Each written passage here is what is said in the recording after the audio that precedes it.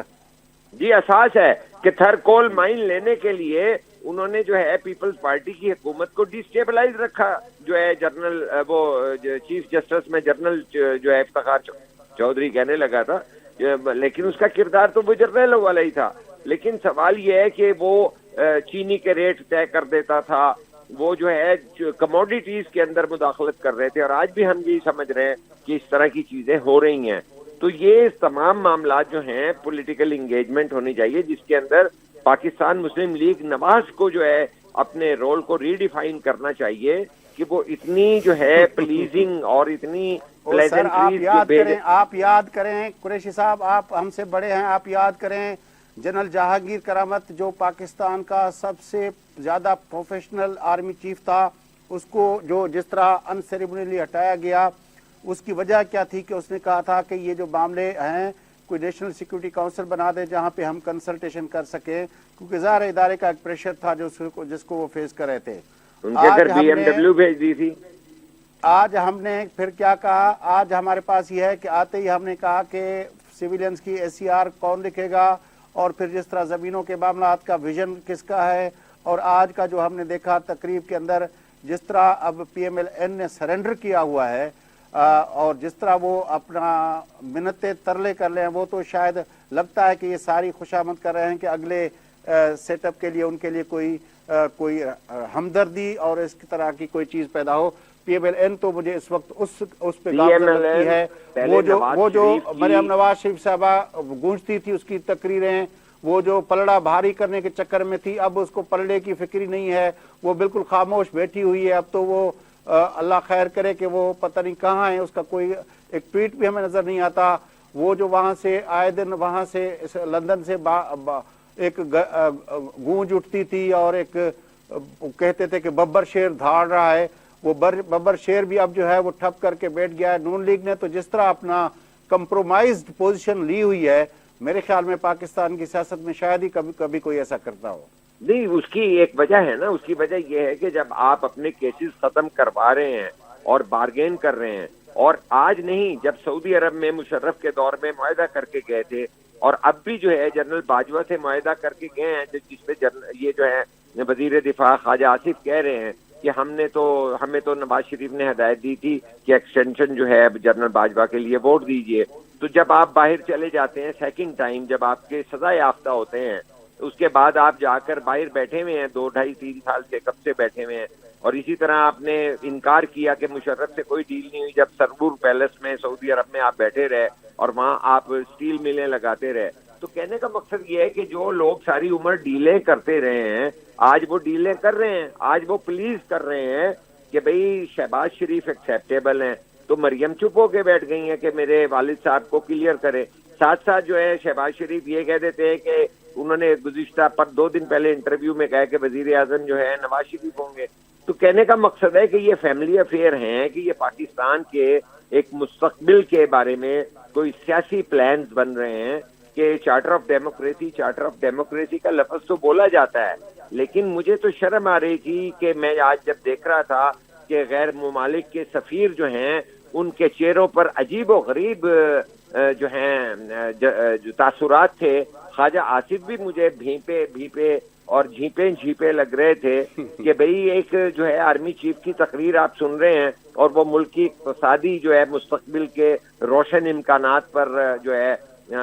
وہ کر رہے تھے، اس وقت کر رہے تھے کہ جب ہم نے 54 لاشیں جو ہیں لا اینڈ آرڈر کے حوالے سے گزشتہ دنوں باجوڑ میں اٹھائی ہیں، جو کہ مین معاملہ ہمارے سر پہ الیکشن ہے، جس وجہ سے آپ جلدی یہ 8 دن میں قانون سازی کروا رہے ہیں اور کل کو اسمبلی کے اندر یا پرسوں کو جو ہے